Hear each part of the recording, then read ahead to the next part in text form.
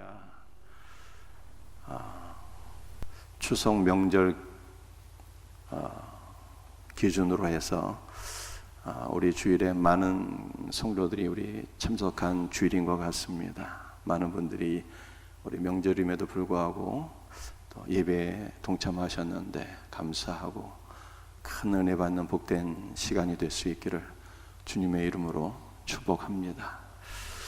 우리가 지난 주에는 교제라는 제목으로 말씀을 나누었습니다.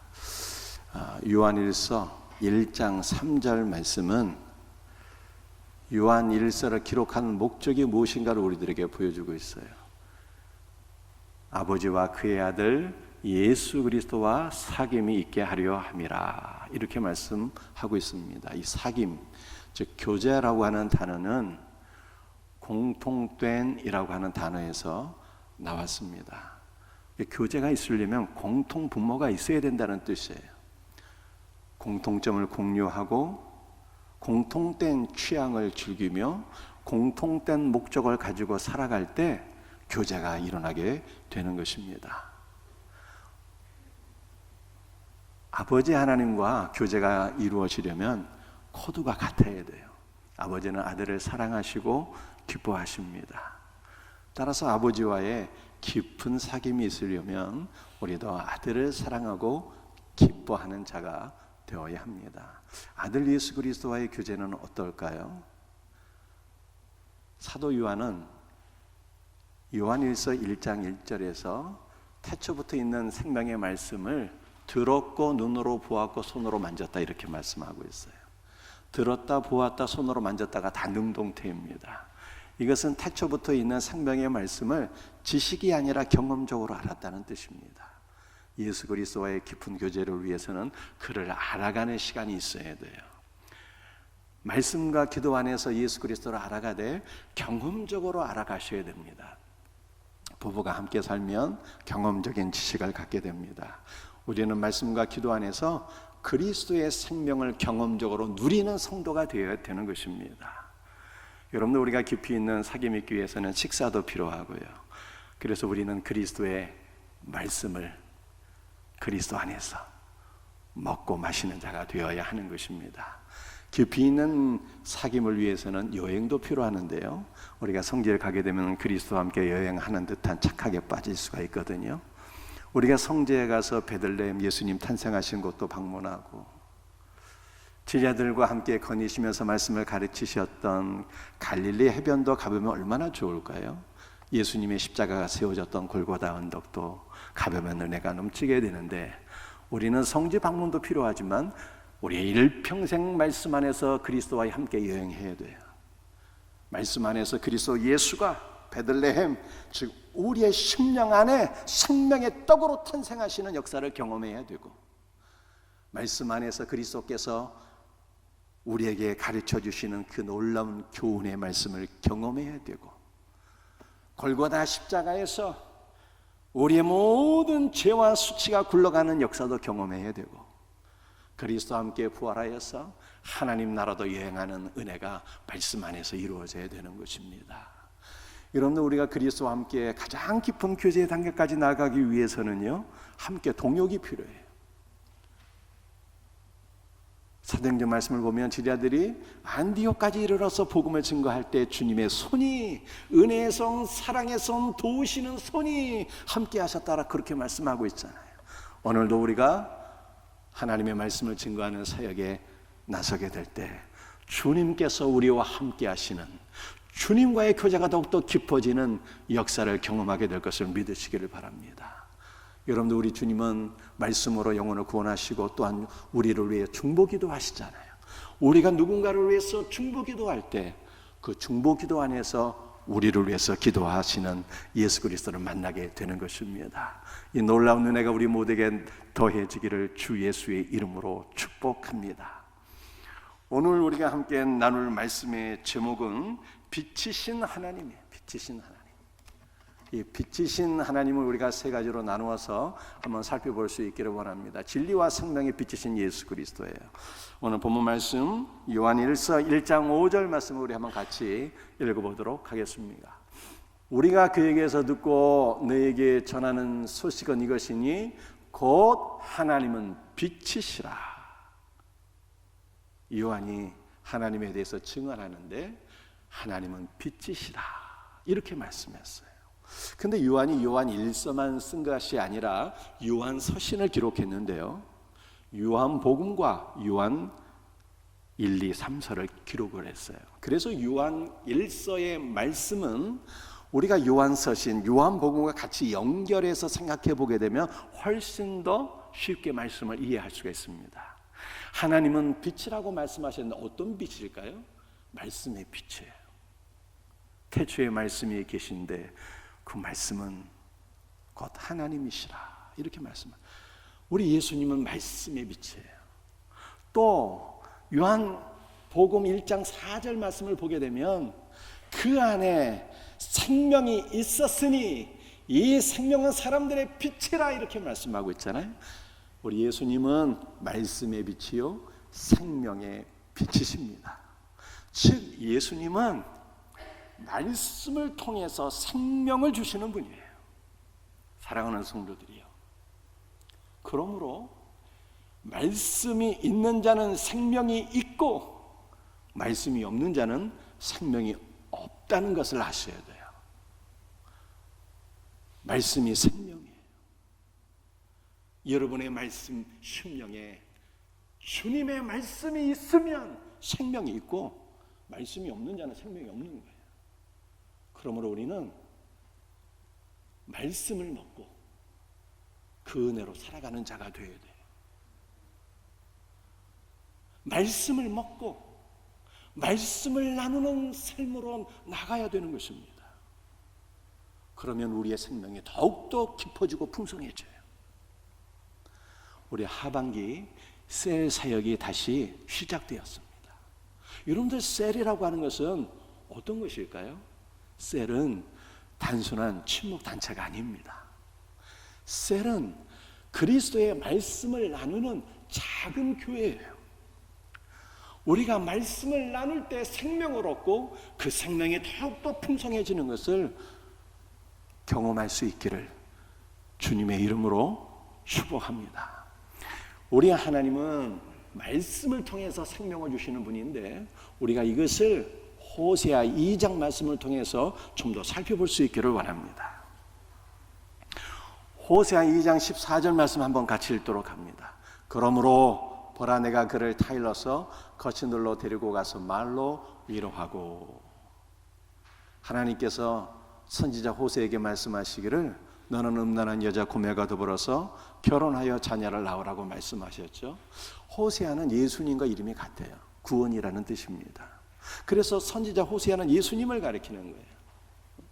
타락해서 음란한 여인 이 고멜은 바로 우리를 가리키는 것입니다. 예수께서 타락하고 음란한 우리를 버리지 아니하시고 긍휼히 여기시고 우리에게 찾아오셔서 우리와 결혼하시고 늘 우리와 함께 계신다는 말씀이 바로 호세아서 말씀이에요.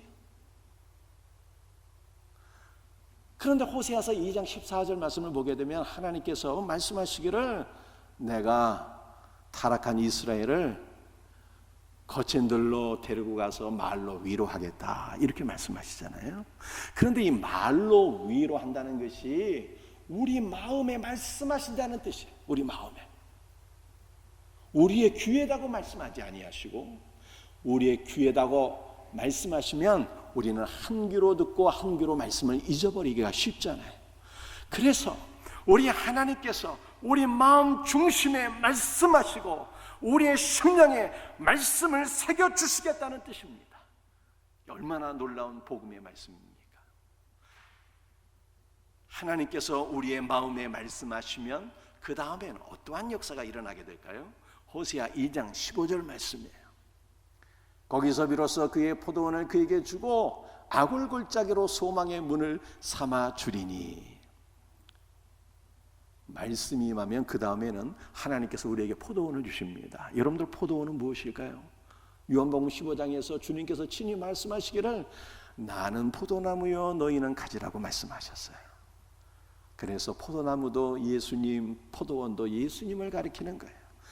말씀을 통해서 예수님 만나게 되는 거예요. 그리고 예수님은 생명이시잖아요. 즉 우리는 말씀을 통해서 생명을 얻게 되는 것입니다. 말씀을 통해서 생명을 얻게 되면 그 다음에는 또 어떠한 역사가 일어나게 되는 것입니까? 악을 골짜기가 소망의 문으로 변화되는 놀라운 역사를 체험하게 됩니다. 여러분들, 악을 골짜기는 아간이 돌에 맞아서 죽은 골짜기예요. 여러분들, 아간이라고 하는 사람 아시죠? 여리고성 전투에서 승리한 이후에 아간은 하나님께서 금하신 하나님의 물건에 손을 대고 도둑질해서 돌에 맞아 죽게 되었어요. 아간이 죽은 장소가 바로 악을 골짜기입니다. 그러므로 악을 골짜기는 아간은 물론이요, 이스라엘 모든 백성들에게 고통의 골짜기가 되었어요. 그래서 악을 골짜기는 고통의 골짜기라고 하는 뜻입니다. 사랑하는 성도들이요, 우리 모두는 각각 처한 상황도 다르고 각각 경험하는 고통도 다 다릅니다. 어떤 사람은 육체의 고통이 있고요, 또 어떤 사람은 경제의 고통이 있고요, 또 어떤 사람은 가정과 직장에서 인간관계의 고통이 있고요, 또 어떤 사람은 영적인 고통도 있을 수가 있습니다.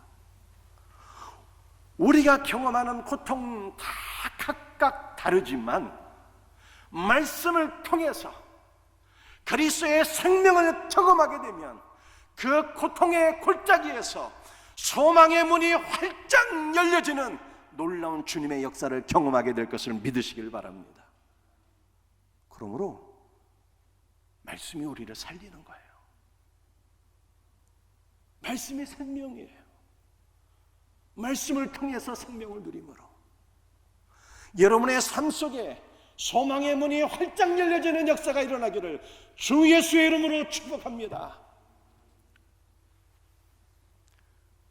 우리 두 번째로 나누고 싶은 말씀은요, 진리 가운데 행하는 주체가 누구냐라고 하는 거예요.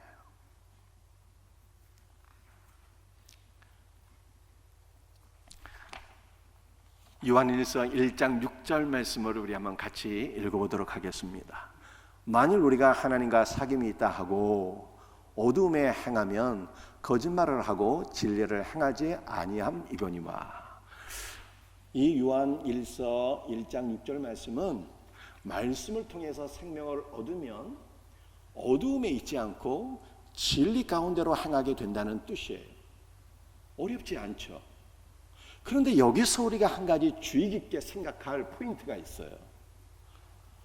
그것은 진리 가운데 행하는 주체가 도대체 누구냐라고 하는 거예요. 갈라디아 3장 28절 말씀을 함께 같이 읽도록 하겠습니다. 너희는 유대인이나 헬라인이나 종이나 자유인이나 남자나 여자나 다 그리스도 예수 안에서 하나이니라. 그런데 영어 성경을 보게 되면 어떻게 나와 있습니까? 한글 성경과는 좀 다른 것을 볼 수가 있어요. 유대인도 아니고 헬라인도 아니고 종도 아니고 자유인도 아니고 남자도 아니고 여자도 아니다. 왜냐하면 너희 모두는 그리스도 안에서 하나이다. 이렇게 말씀하고 있어요.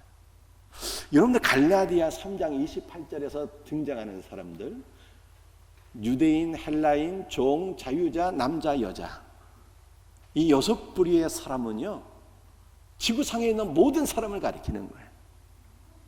지구상에 있는 모든 사람은 다 아니래요.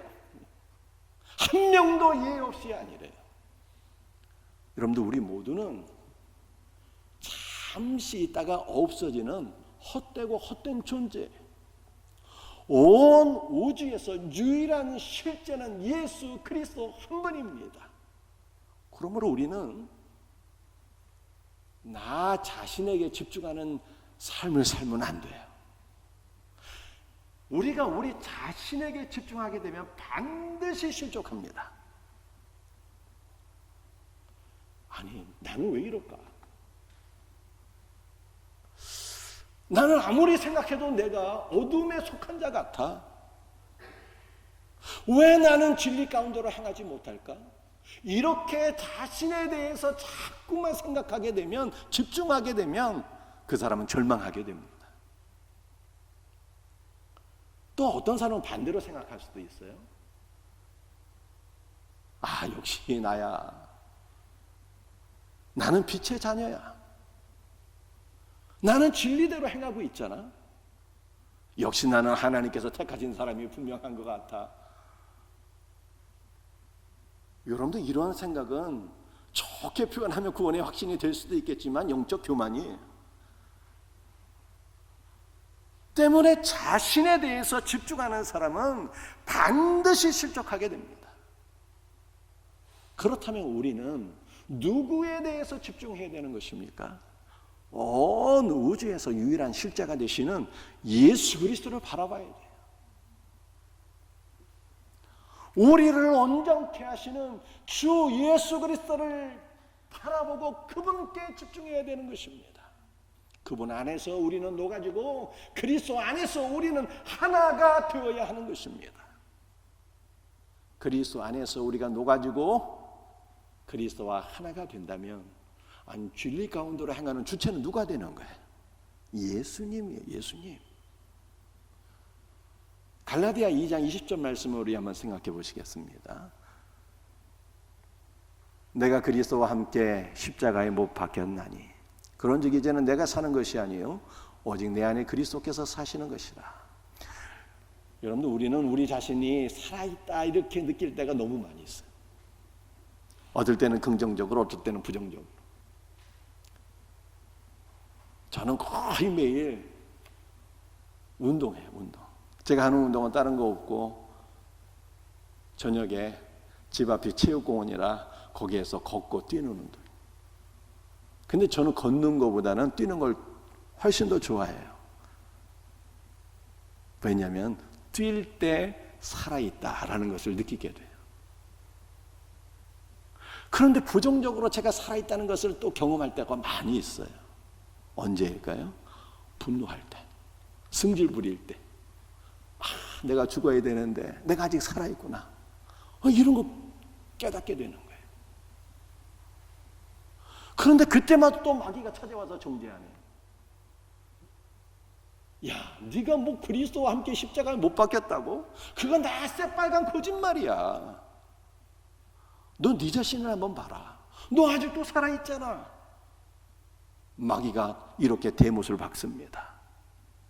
그런데 우리는요, 도대체 무엇을 신뢰해야 되는 것입니까? 우리 자신의 주관적인 생각과 그리스도의 말씀 가운데 무엇을 신뢰해야 되는 것입니까? 그리스도의 말씀은 내가 그리스도와 함께 십자가에 못 박혔나니 라고 말씀하고 있는데, 우리의 주관적인 생각과 그리스도의 말씀 가운데 무엇을 더 신뢰해야 되는 것입니까? 우리는요, 사탄의 정죄하는 말과 그리스도의 말씀 둘 중에 무엇을 더 신뢰해야 되는 것입니까? 그리스도의 말씀을 신뢰해야죠. 우리는 십자가에 다 못 박혔어요. 우리는 죽은 것입니다. 우리 안에는 오직 예수 그리스도만이 살아계셔요. 그렇다면 진리 가운데로 행하는 주체는 누구예요? 예수님이에요. 여러분들, 네 가지 종류의 삶이 있어요. 우리 페이지 넘겨주세요.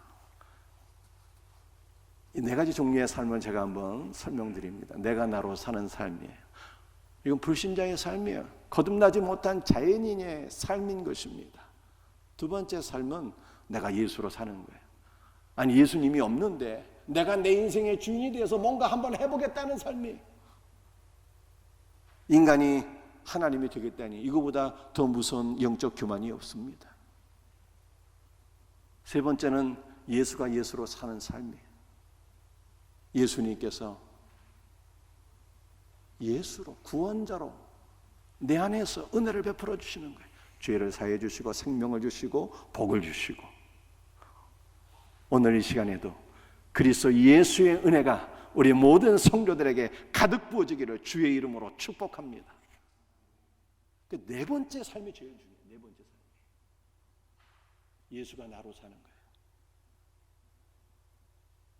이런데 예수가 나로 사는 삶은 무엇일까요?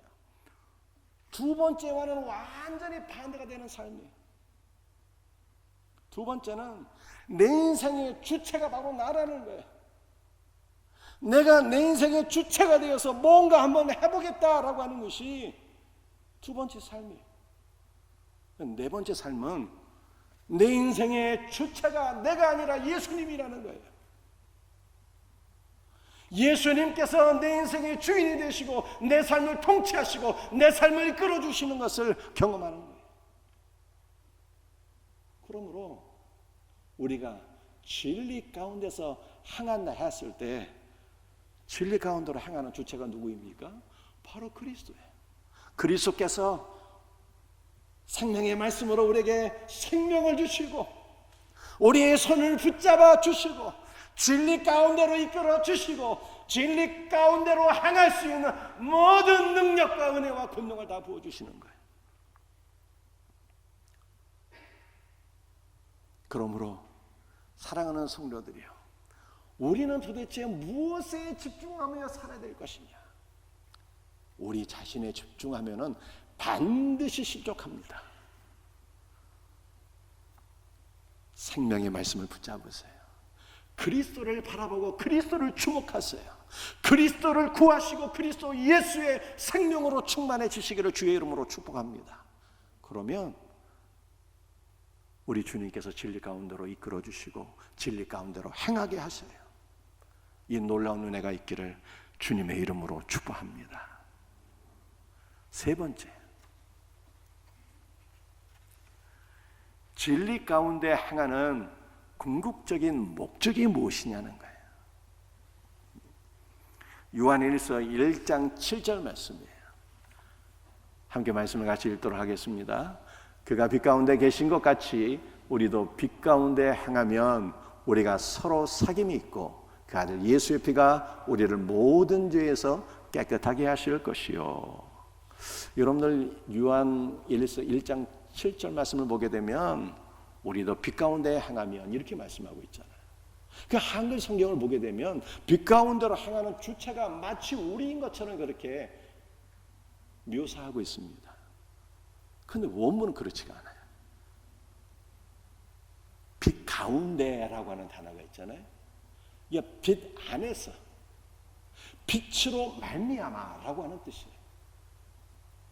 우리는 빛이신 예수 그리스도 안에서 주 예수 그리스도로 말미암아 빛 가운데 행하게 되는 거예요. 빛으로 행하는 주체가 그리스도 예수인 것을 보여주고 있어요. 그런데 빛 가운데로 행하는 삶의 궁극적인 목적이 무엇이냐? 그것은 서로 사귐이 있고요. 이 사귐은 먼저는 그리스도 예수와 우리와의 사귐인 것입니다. 말씀이신 하나님, 만왕의 왕이신 하나님과 우리가 서로 사귄다는 것은 얼마나 놀라운 영광입니까? 여러분들 그리스도와 사귀는 것은 축복이에요. 놀라운 특권이요 영광입니다. 이 놀라운 영광을 누리며 사는 우리 성도들이 되시기를 주의 이름으로 축복합니다. 그런데 그리스도와 우리가 서로 사귀면 어떠한 결과가 오게 돼요?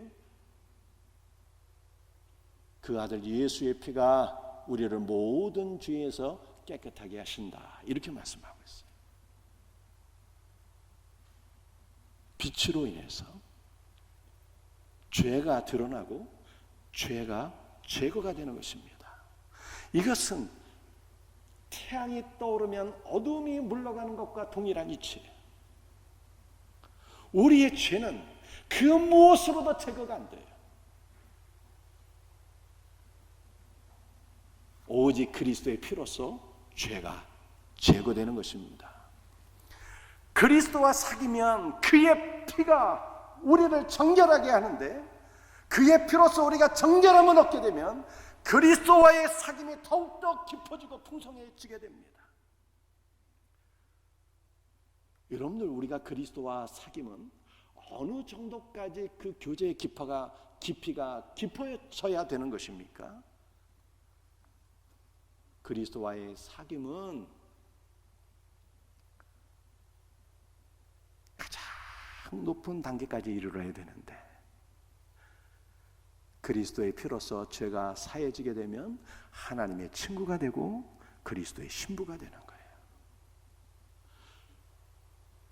진리 가운데로 행하는 목적은 그리스도와의 사귐, 즉 그리스도의 신부가 되는 자리까지 우리를 인도하는 것입니다. 여러분들 호세아서 2장 19절 20절 말씀을 우리 한번 같이 읽어보겠습니다. 함께 읽어봅시다. 내가 내게 자한가들어 영원히 살되 공의와 정의와 은총과 긍휼이 여김으로 내게 자한가 들며 진실함으로 내게 자한가 들리니 내가 여호와를 알리라. 그리스도의 사귐은 그리스도의 신부가 되는 자리까지 나가게 되는 거예요. 여러분들, 우리가 유대인의 문화를 보게 되면 신부가 지창금을 내는 게 아니라 신랑이 지창금을 낸다고 하는 것을 제가 설명드렸습니다. 그리스도께서 우리에게 장가 들기 위하여 5가지 지창금을 지불하셨는데, 그 5가지 지창금이 공의와 정의와 은총과 긍휼과 진실함이에요. 공의는 재판하다 통치하다는 뜻이 있어요. 여러분들, 인간이 우리를 통치하게 되면 우리는 늘 실망해요. 그러나 그리스도께서 우리를 통치하면 그리스도의 통치는 우리의 기쁨이 되고 우리를 살리는 통치가 되는 것입니다. 정의는 그리스도의 의예요. 그리스도의.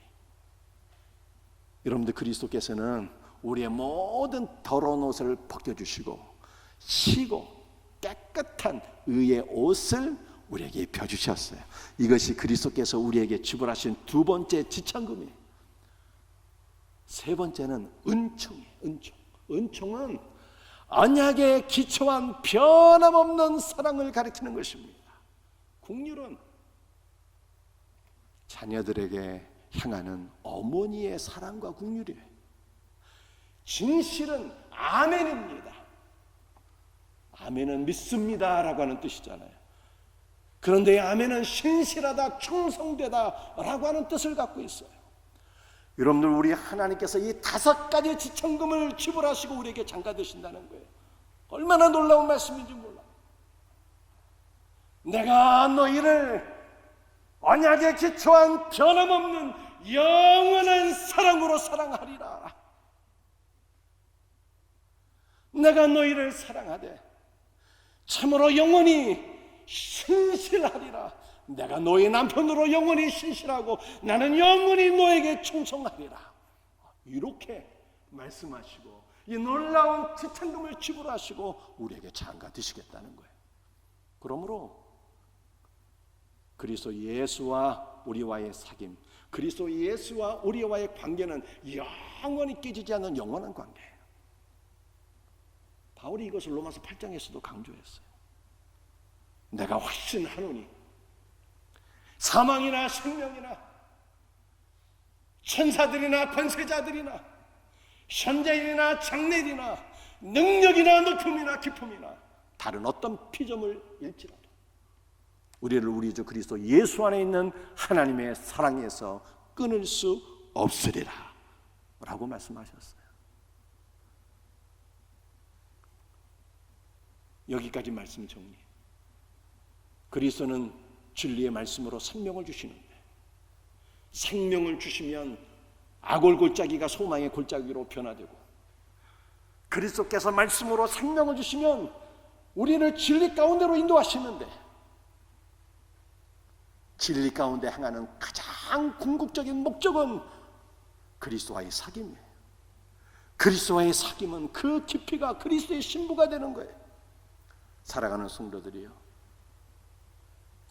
그리스도의 생명을 말씀 안에서 누려서 그리스도의 신부가 되고 우리의 신랑이신 그리스도의 모든 것을 풍성하게 누릴 수 있는 우리 복된 성도들이 될 수 있기를 주님의 이름으로 축복합니다. 우리 마지막 성경 구절을 읽겠어요. 요한일서 1장 7절 말씀이에요. 그가 빛 가운데 계신 것 같이 우리도 빛 가운데 행하면 우리가 서로 사귐이 있고, 자, 빛 가운데 행하는 궁극적인 목적은 서로 사귐이라고 말씀드렸습니다. 이 사귐은 그리스도와 우리와의 사귐인데요, 우리의 사귐은 그리스도의 신부가 되는 자리까지 나가는 거예요. 그런데 이 말씀은 또한 그리스도 안에서 우리 성도들이 서로 사귐이 있어야 된다는 거예요. 그러므로 나홀로 신앙생활은 성경이 말씀하고 있는 신앙생활이 아니에요. 우리는 그리스도 안에서 서로 사귀는 자가 되어야 돼요. 어떤 분들은 온라인 예배 드리면 되지, 나 혼자 예수님 믿으면 되지, 이렇게 생각하잖아요. 그런데 그건 성경이 말씀하고 있는 신앙생활이 아니에요. 그리스도 안에서 우리가 서로 사귐이 있어야 된다, 성도 간의 교제가 있어야 된다, 이렇게 말씀하고 있어요. 그런데 성도와의 이 교제는 세상적인 교제와는 완전히 다릅니다. 사도행전 2장 말씀을 보게 되면 초대교회 성도들이 그리스도 안에서 교제했는데요, 성전에서 모이기를 힘썼어요. 이것은 예배와 기도 생활에 힘썼다는 뜻입니다. 그리고 집에서 떡을 떼며 기쁨과 순전한 마음으로 음식을 먹었다, 이렇게 말씀하고 있어요. 집에서 떡을 뗐다는 이 말씀은 단순히 음식을 먹었다는 뜻만이 아니라 생명의 양식을 먹었다는 뜻이요, 성찬을 행했다는 뜻입니다. 여러분들, 우리 성도 간의 교제는 생명의 양식인 말씀을 나누는 신령한 교제가 되어야 돼요. 우리가 그리스도 안에서 말씀을 나누는 신령한 교제를 하게 될 때 그리스도 안에서 우리 모두가 하나가 될 뿐만 아니라 우리 모두가 그리스도의 신부로 세워지게 되는 것입니다. 우리의 서로 사귐이 너무 중요한 것을 성경이 말씀하고 있어요. 진리 가운데서 행하는 가장 중요한 것은 서로 사귐이에요. 그리스도와의 사귐, 그리스도 안에서 우리가 서로 사귀는 거예요. 말씀을 마치도록 하겠습니다. 사랑하는 성도들이요, 우리 예수님은 진리의 말씀으로 생명을 주시는 분이에요. 말씀으로 생명을 경험하면 악을 골짜기가 소망의 문으로 변화되는 놀라운 역사를 경험합니다. 이것이 신앙생활이에요. 이것이 신자에게도 늘 고통은 찾아오지만 우리는 말씀으로 생명을 누리게 될 때 그 고통의 자리에서 소망의 문이 활짝 열리는 것을 경험하게 되는 것입니다. 진리 가운데로 행하는 주체는 우리가 아니에요. 우리가 우리 자신에 집중할 때는 반드시 실족합니다. 그리스도를 바라보고 그리스도를 집중하셔야 돼요. 그러면 그리스도께서 우리의 손을 붙잡아 주시고 그 진리 안으로 인도하시고 진리 가운데 행하게 하셔요. 진리 가운데 행하는 궁극적인 목적은 서로 사귐이에요. 그리스도와의 사귐, 그리스도의 신부가 되는 것이고 그리스도 안에서 우리가 서로 사귀는 거예요. 사랑하는 우리 생명샘교회 성도들이요, 그리스도 예수 안에서 신령한 교제를 나눕시다. 교회는 단순한 친목 단체가 아니에요. 말씀 안에서 생명을 나누는 생명 공동체예요. 이 생명 공동체 안에서 서로 사귐으로 그리스도의 생명이 더욱더 풍성해지고 그리스도의 신부로 조성되어지는 놀라운 은혜가 있기를 주님의 이름으로 축복합니다. 기도하시겠어요?